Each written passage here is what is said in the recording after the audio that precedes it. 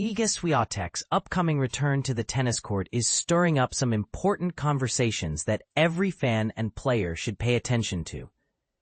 As she prepares to compete again, a former Grand Slam finalist has shared insights that could be crucial for her and others to consider. But here's where it gets controversial. Is Swiatek making the right choices with her schedule, or is she simply a victim of the demanding WTA rules? Let's dive in. After a tough loss to Amanda Anisimova in the US Open quarterfinals, many expected Swiatek to take a well-deserved break before the two major WTA 1000 tournaments in China. Instead, she surprised many by heading straight to Seoul to participate in the Korea Open, a WTA 500 event where she will enter as the top seed. This decision has sparked debate, especially since Swiatek herself has openly criticized the grueling length of the WTA season, calling it super long earlier this year. This is exactly why the recent comments from Anastasia Pavlyuchenkova, the 2021 French Open finalist, are worth paying attention to. Speaking on the show Bolshoi, Pavlyuchenkova didn't hold back when discussing the players' approach to scheduling, particularly those competing in Korea. All the girls are complaining and groaning in the changing rooms. What a long season, and then I see everyone is already in Korea, Pavlyuchenkova remarked. They're already starting to play. I think, you literally just complained about the season, and now you've already flown away. Why? Be smarter with your schedule, right?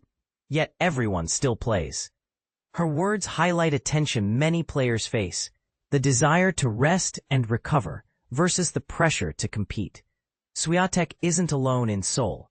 Several other top players have joined her, including Ekaterina Alexandrova, Clara Tauson, Daria Kasatkina, Diana Schneider, Beatriz Haddad-Maia, Sofia Kenin, and Emma Raducanu. This strong field underscores how competitive and demanding the Asian swing of the tour has become. Pavlyuchenkova also shed light on why this part of the season is especially challenging. It's not just about age or fitness. Even in her mid-20s, she found the transition tough. Players must adjust quickly to different time zones, climates, and even the type of tennis balls used at each tournament.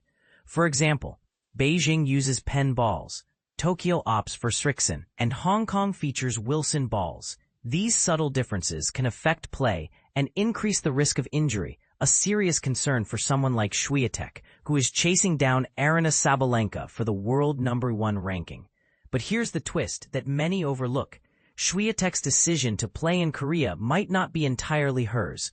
WTA rules require players to participate in a minimum number of WTA 500 tournaments each year, 6 events, or 5 if the United Cup is included. Failure to meet this quota results in 0 points being added to their ranking for those missed tournaments, which can significantly impact their standing.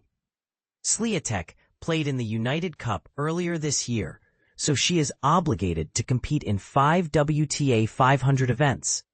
Up to now, she has only played 2.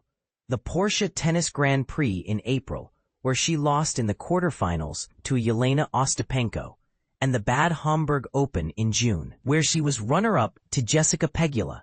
This means she still needs to play more WTA 500 tournaments to avoid 0-point penalties.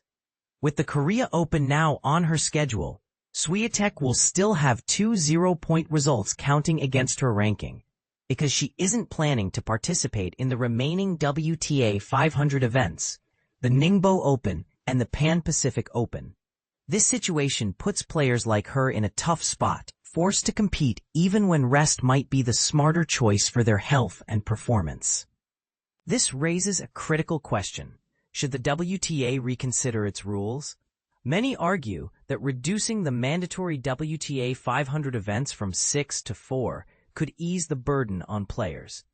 Looking at the top 10 players' participation in 2025, most are already meeting or exceeding 4 events, suggesting this change could maintain competitive integrity while allowing more flexibility. Here's a quick snapshot of WTA 500 events played by the top 10 in 2025.